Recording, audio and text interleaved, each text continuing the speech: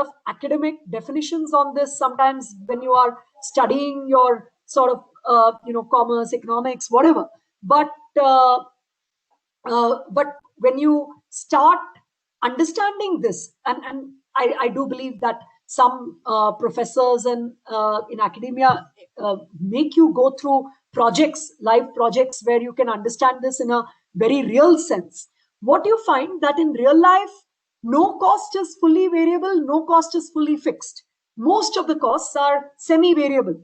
And therefore, how do you apply the right judgment on what part of this cost will truly get distributed over a large volume versus what part of this cost will continue to increase as I sell more and more units. And this is again a very, very involved concept, which we won't go into in detail today. But again, something for you to think about when you say that fixed cost will be high till I reach a certain volume. So these are just certain thoughts I wanted you to start reflecting on with respect to your own business idea. But let's now go to the career part of this, because we I know we are short on time, and I want to go to the career part of this more quickly, which is, what is your guess on what percentage of startups fail? Let's have a round of voting again. Your guess on what percentage of startups fail?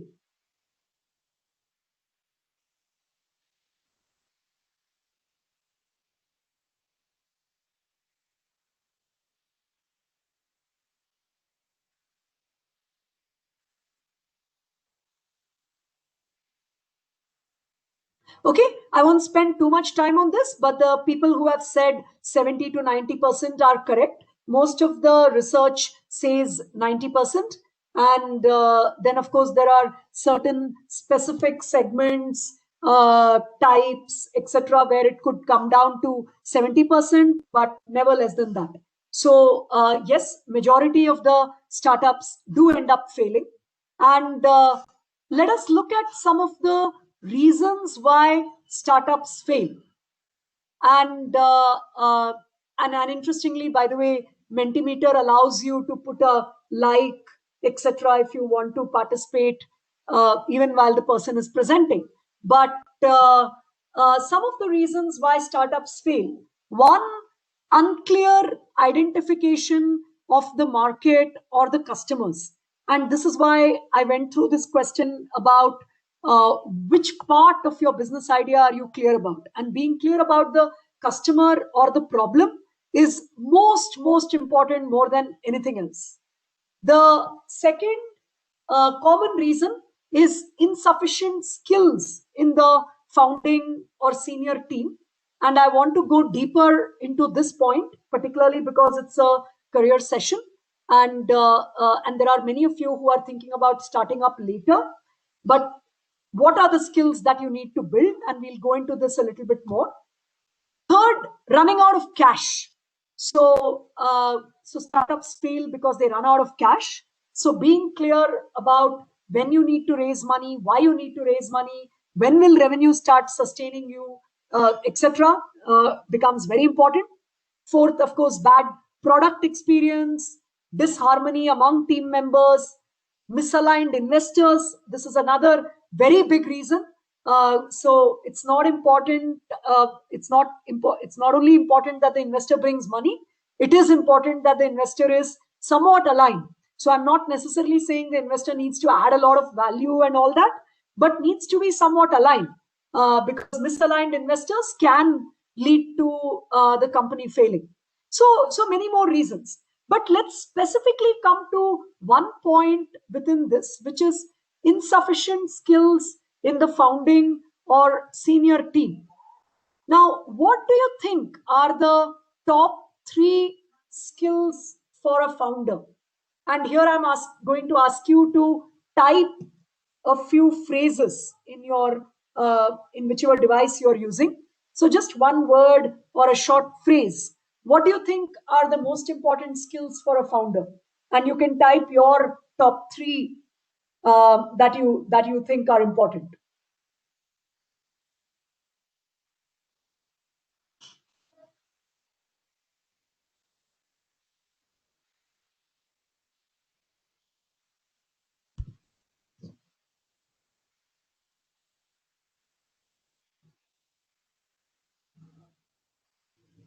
Yeah. So I'm keeping the screen open.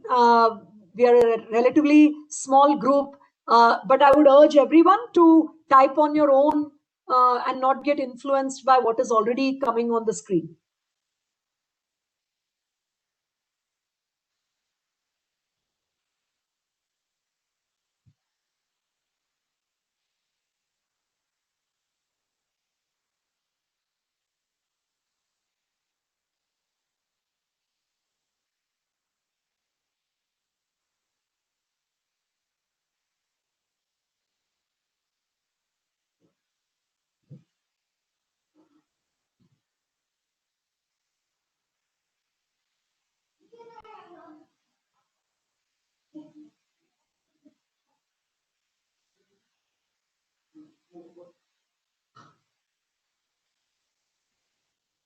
Okay, at least 6 people have given us answers, so we'll wait for a few more before we close.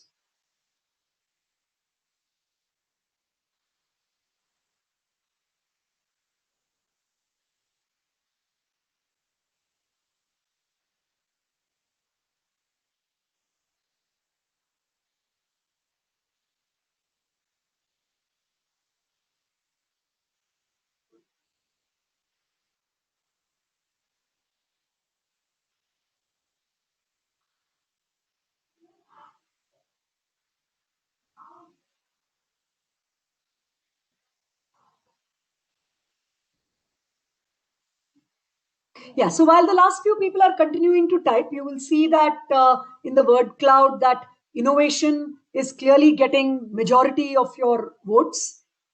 Leadership is the other one, which of course there are a few more which are which you can also club together: leadership quality, keeping team together, etc. So leadership is also getting a lot of votes.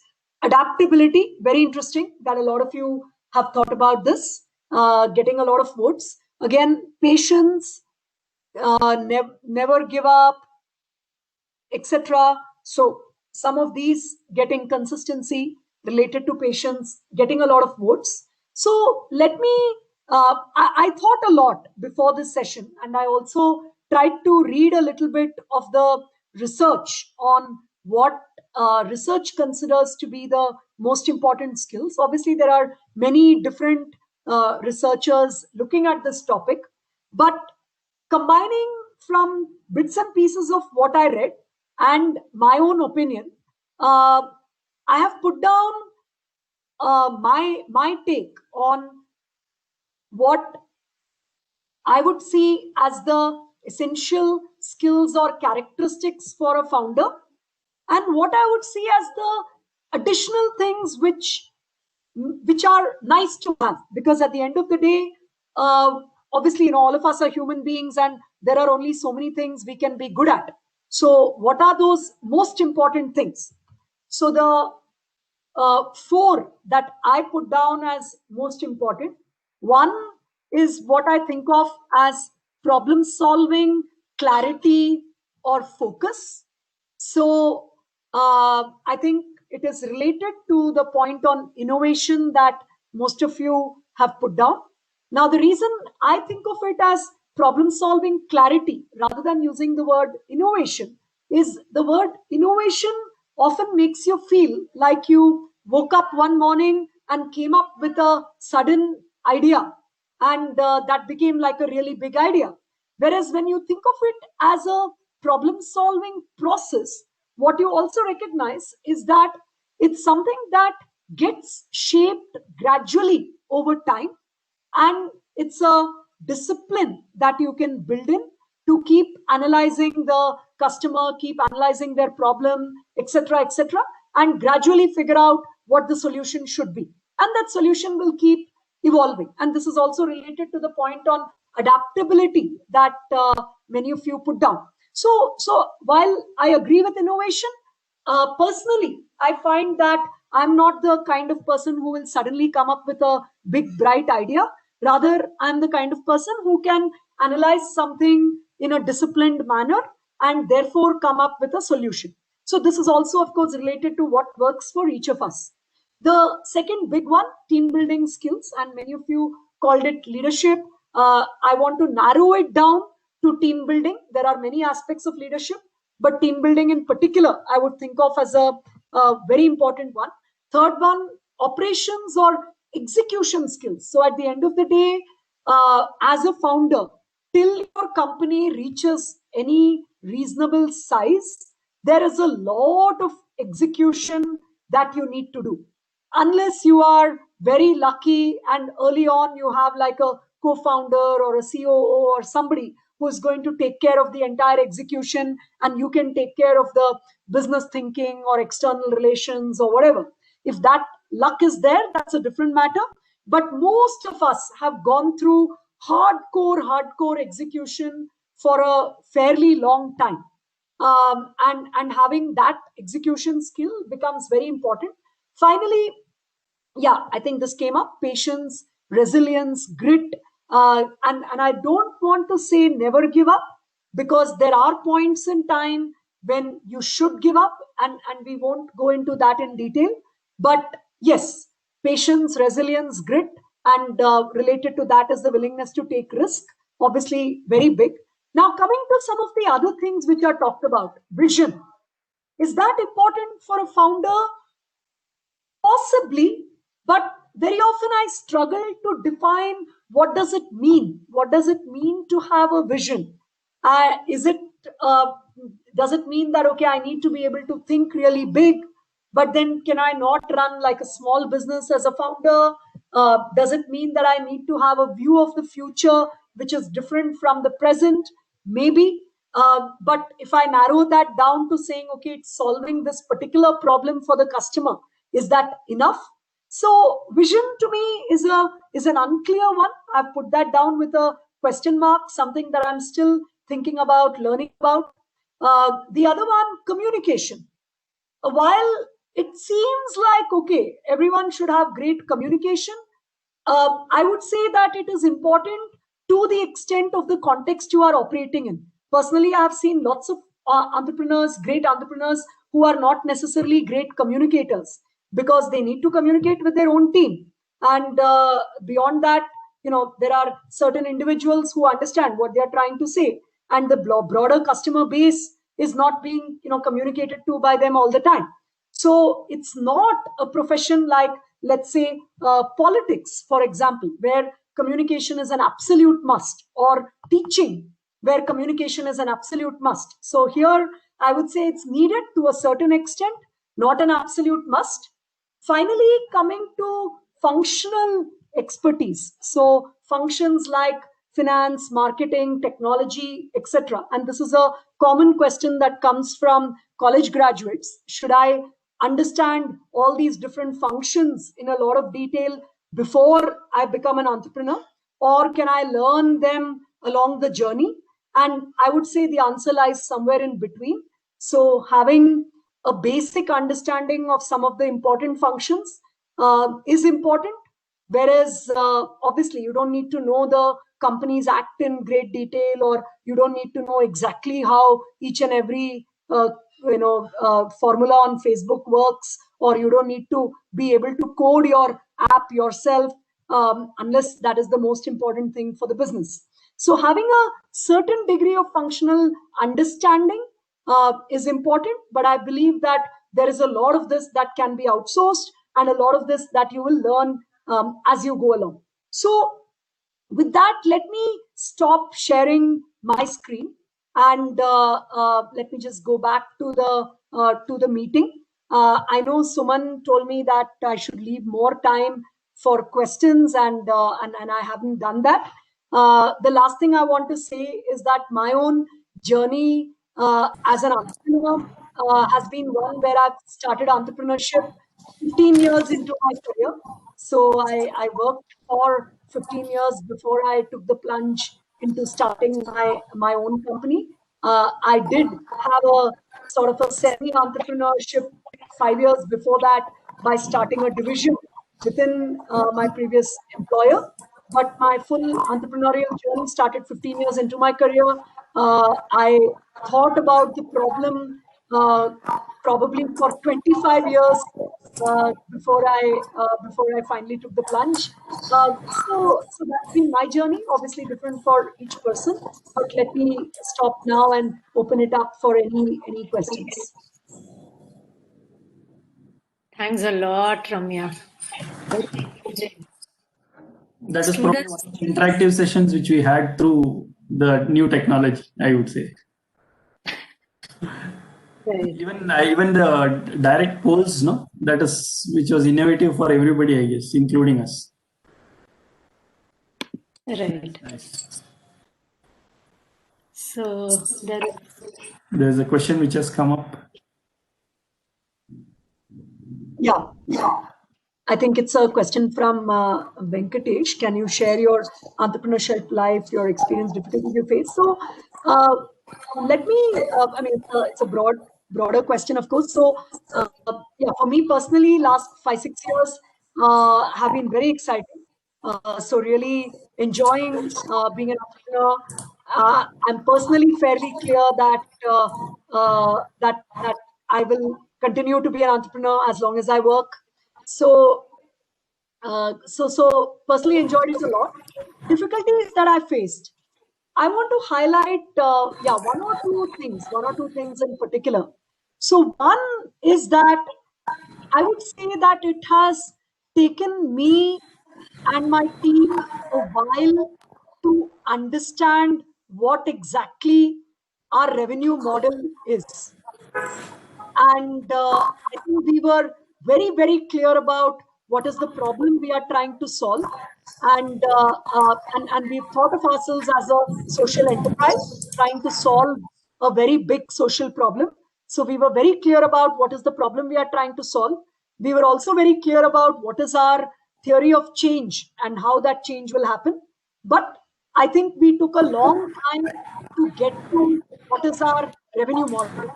So, and when I say revenue model, okay, we were clear about who's the customer who is paying, but that is not enough. When I say revenue model, what is important is how much will that customer pay every year, and therefore, what size can your company grow to, and how can it become profitable?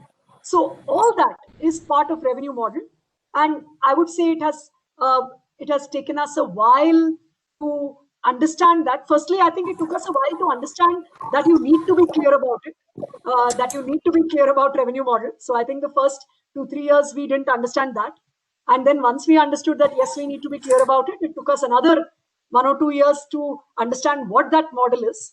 And now I think finally we have a business plan which is driven by a clear revenue model rather than only a social purpose.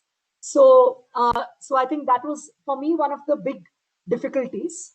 And the other one, which I will, and Vijay Krishnan, to your question on why startups fail, I would say one of the biggest reasons is actually unclarity of revenue model. So unless somebody is willing to pay for it, it is not a product or a service. And pay for it doesn't mean pay like 1 rupee, 2 rupees, pay whatever is required to sustain the company.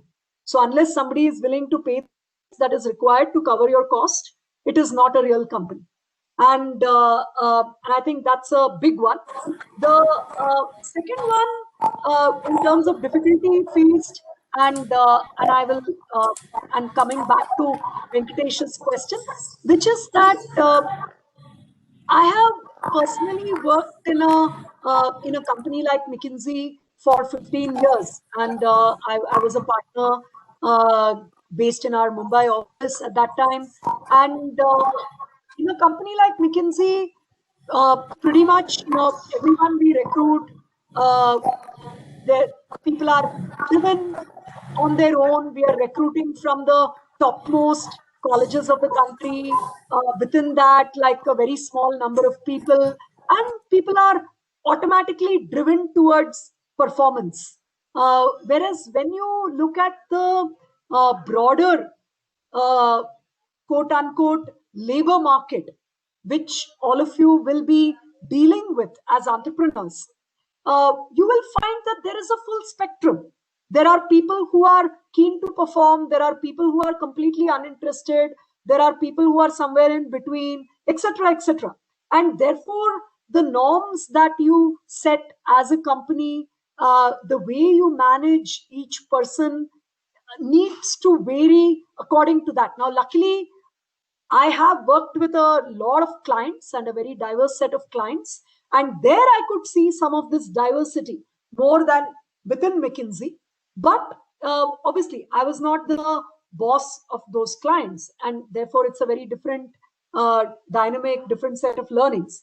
And for me, it took a while again in Centa, my company, to understand that each person needs to be managed differently. The fundamental motivation level, the fundamental interest in professional life, all that is variable.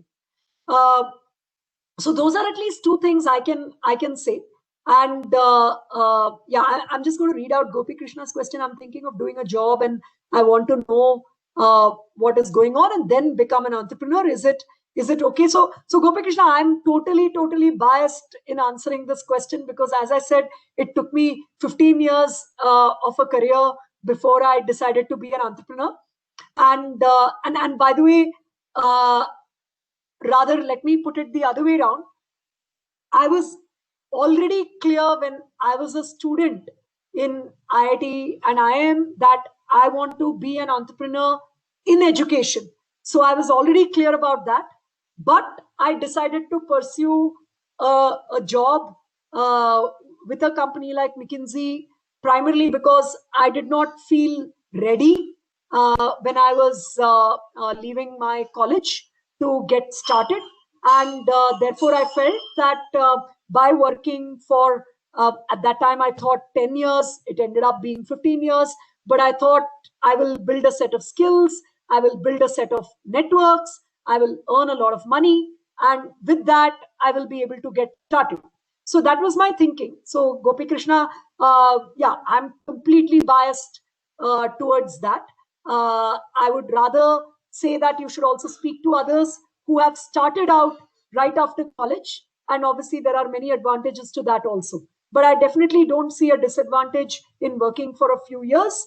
And the only thing I would push you on is that when you do that, then prioritize learning more than anything else. And this is a standard cliche that people say, prioritize learning over earning in your early stages of career. And the young employee feels, oh, I want to get paid well right now. But I can tell you for a fact that irrespective of whether you are going to be an entrepreneur or whether you're going to continue as a salaried employee for the rest of your career, the first few years, what you earn doesn't matter too much. Whereas the apprenticeship that you get at that time in your career will play a very, very big role. And that becomes even more important if you're thinking of entrepreneurship. If you're thinking about being a salaried employee, at least, one argument is that if your first salary is low, then your ability to negotiate a higher salary in your next job goes down, etc., etc. But if you're planning to be an entrepreneur, frankly, that doesn't matter at all. So completely prioritize what you are going to learn and what networks you are going to build, which will play the biggest role as an entrepreneur. And by the way, I also didn't realize this. So I always used to think that, I will earn a lot of money and then I will start a business. But frankly, even in a McKinsey, you don't earn enough to fund your own enterprise fully. You do need to depend on external capital. Whereas you can earn skills and build a network which are enough to gain that capital and so on. How should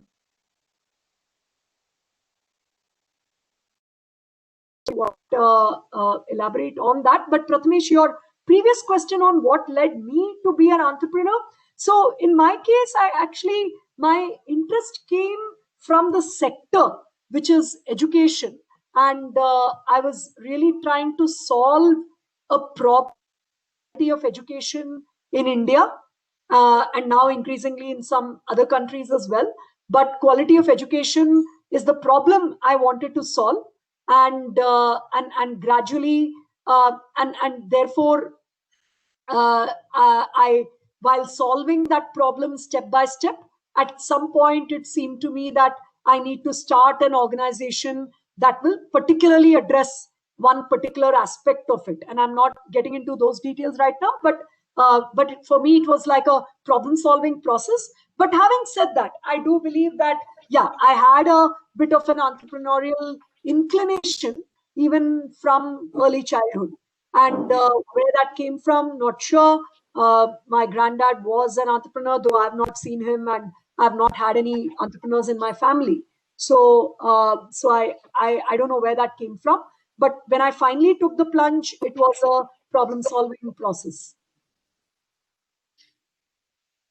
I want to ask you, Ramya, there are many students who plunge into entrepreneurship even when they are studying. And today there is a lot of encouragement, unlike in the past where, always having a job was given priority. So, so does entrepreneurship have to do more with the risk-taking ability rather than gaining experience and then, learning more and getting into it?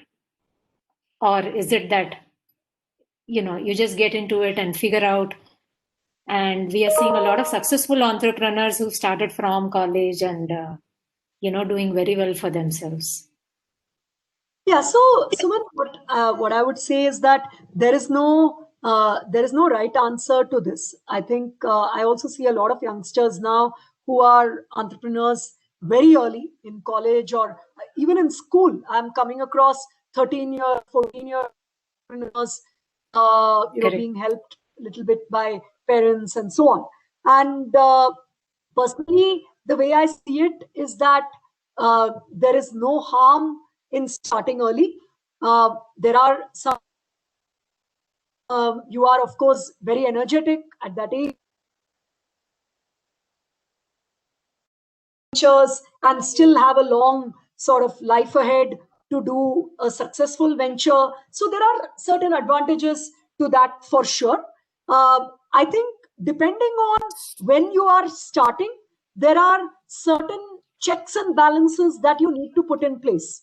And that's how I would think about it rather than saying what is the right time to start. So if you decide that you want to start in college itself or soon after college, then I would put two very important checks in your own mind. One, that you have the financial wherewithal, either because you don't have any family responsibilities, and therefore as long as your business is giving you a certain kind of income, you are able to make it work, or you even have a little bit of support. So the financial side of your personal life, not the business, but of your personal life, being very clear about that, that's one thing. Because it would be very unfortunate if you started something and because your own personal life finances are not worked out, you are having to give up on it.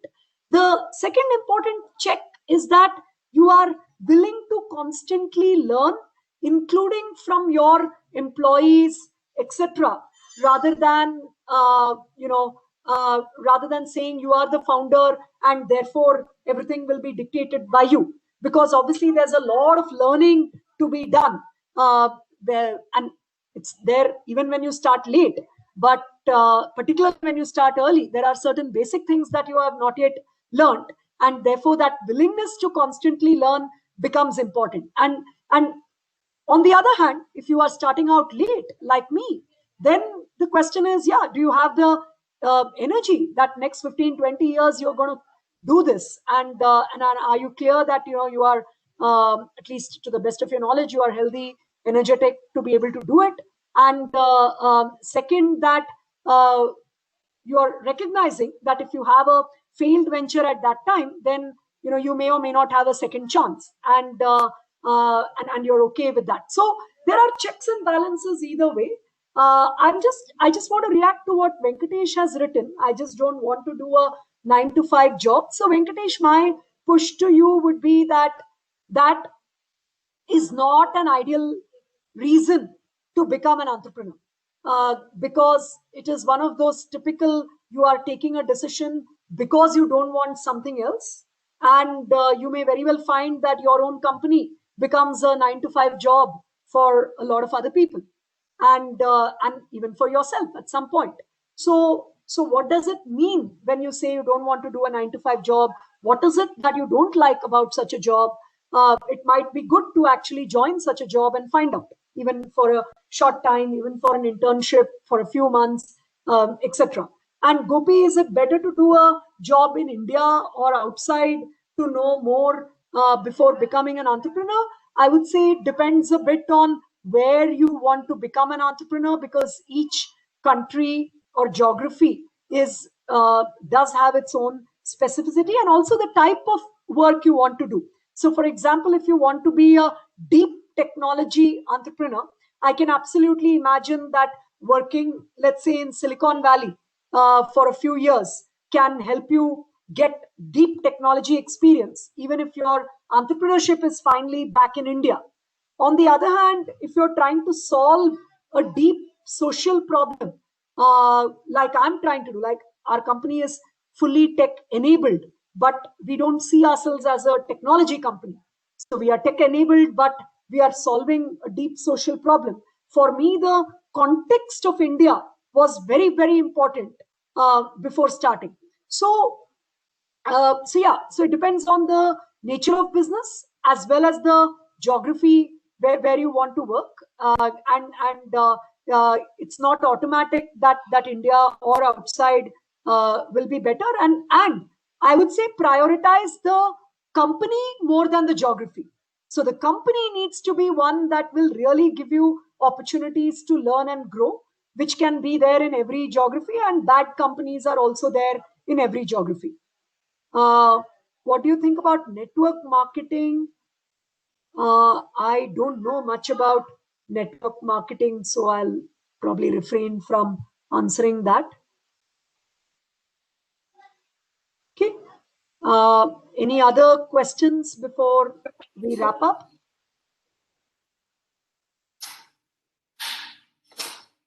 Yeah. Sure. Yeah, explaining my startup in brief. Yeah, I actually wanted to do that, but I realized that my questions took a lot of time, so ran out of that. But let me quickly mention that, yeah, so in the education sector, very often we push a lot of products, training, technology, etc., onto the teacher and onto the classroom. But we often don't ask what is in it for the teacher. So why should the teacher use all these things and improve himself or herself? And that often means that the quality improvement doesn't sustain, because after some time the teacher starts saying, okay, why should I do all this? My own salary, promotion, bonus, nothing depends on this. My career is going to follow the same path irrespective. So what we are trying to do is to make teaching a real career by certifying the competencies of teachers and connecting certified teachers to a range of opportunities and creating motivation for them to then take up trainings. And the way our business model works is that we have a platform called MyCenter, where we currently have about 2.5 lakh teachers who come from 6,000 different locations of India, and a few locations outside India. And on this platform, teachers buy tests from us to get certified. If they get certified, then they can share that with an employer, etc., etc., and get a salary increase, get promotion, get a placement, and so on. Employers post jobs, teaching jobs on the platform, and education product companies, which are trying to sell to teachers, or for that matter, increasingly even to school students, etc., want to be on our platform to sell to these teachers. And then we have some of our own training products, etc. also. So net, we are like an end-to-end platform for teaching as a profession. So anything related to teachers, is what we as CENTA are trying to be.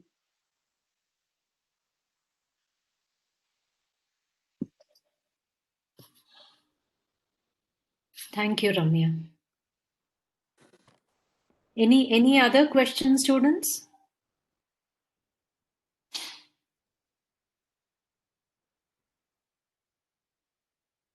I guess that's it, Ramya.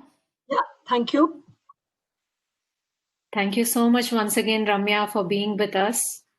Very engaging, very informative, lots of takeaways for our students. And thank you very much, Suman, Mithun, and all the students who joined. Thank you.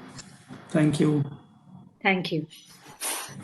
So students, you had identified innovation and Ramya had identified problem solving as a key skill.